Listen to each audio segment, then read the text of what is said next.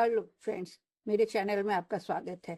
आज मैं भाषा शिक्षण और पर्यावरण विज्ञान के सीटेट के कुछ प्रश्न लेकर आई हूं, जो कि 2019 के सीटेट में पूछे गए थे। चलते चलते ये भी आप देख लेंगे, शायद आपके काम आ जाए। तो अगर आपको पसंद आए तो इसे शेयर और सब्सक्राइब करेंगे। पहला प्रश्न है, निम्नलिखित में से कौन सा पठन रीडिंग का उप कौशल नहीं है? ऑप्शंस हैं जोड़ना या संबंध बनाना, जिसको कि कनेक्टिंग कहते हैं। दूसरा है पूर्वानुमान लगाना, प्रेडिक्टिंग। तीसरा है संश्लेषण करना, सिंथेसाइजिंग। और चौथा है प्रतिलेखन, जिसे हम कहते हैं ट्रांसक्रिप्टिंग। तो सही उत्तर है चौथा, प्रतिलेखन, ट्रांसक्रिप्टिंग। पठन के उपकौशलों में प्रेडिक्टिंग, कनेक्टिंग आइडियाज और सिंथेसाइजिंग शामिल होते हैं। ट्रांसक्रिप्टिंग जो है वो सुनने या लिखने के कौशल से संबंधित है, पठन से नहीं। अगला प्रश्न है, बच्चों को बोलने की क्षमता को, स्पीकिंग स्किल को विकसित करने में निम्नलिखित में से कौन सा सबसे महत्वपूर्ण है? विकल्प हैं, पहला बच्चों की बात को धैर्यपूर्वक सुनना। दूसरा है भावनाएं और विचार व्यक्त करने का अवसर देना। तीसरा है बंद प्रश्न, जिसे क्लोज एंडेड क्वेश्चन कहते हैं, पूछना। या चौथा है किसी विषय पर चर्चा का आयोजन करना। सही उत्तर है तीसरा, बंद प्रश्न पूछना। बंद प्रश्न में बच्चे केवल हाँ या ना में छोटा उत्तर देते हैं, जिससे बोलने का विकास सीमित हो जाता है। अगला प्रश्न है, प्राथमिक स्तर पर साहित्य बच्चों की भाषा के विकास में सहायक है, क्योंकि विकल्प है, पहला यह वर्कशीट पूरी कराने में मदद करता है। दूसरा, यह विभिन्न विधाओं को समाहित करने वाली प्रामाणिक सामग्री है। तीसरा, यह शिक्षकों की क्षमताओं का विकास करता है। चौथा, यह केवल शब्दावली बढ़ाने का साधन है।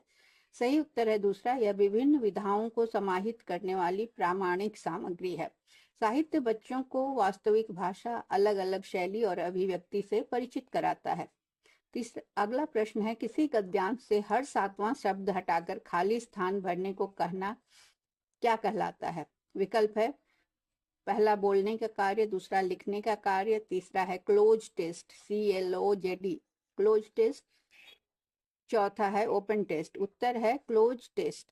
क्लोज टेस्ट में निश्चित अंतराल पर शब्द हटाकर भाषा समझ और पठन बोध का आकलन किया जाता है। अगला प्रश्न है, भाषा मनमानी होती है, आर्बिट्ररी होती है, इसका क्या अर्थ है?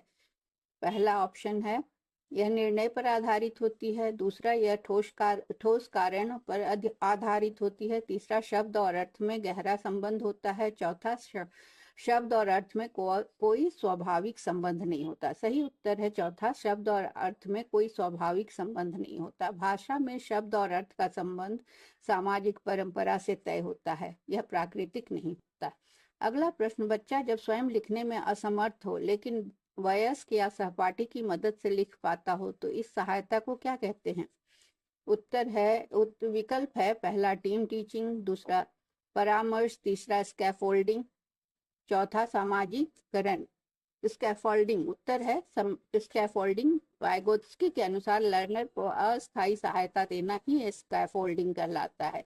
अगला प्रश्न है, पाठ्य अभ्यासों, टेक्सचुअल एक्सरसाइज का उद्देश्य नहीं है। क्या नहीं है, हमें ढूंढना है। पहला विकल्प है रचनात्मकता का विकास, दूसरा आत्म अभिव्यक्ति का अवसर देना, तीसरा उत्तरों को रटवाना, चौथा भाषा से परिचित कराना। तो उत्तर है इसका सही, उत्तरों को रटवाना। पाठ का अभ्यास रटंत ज्ञान के लिए नहीं कराया जाता, बल्कि भाषा के विकास के लिए होता है।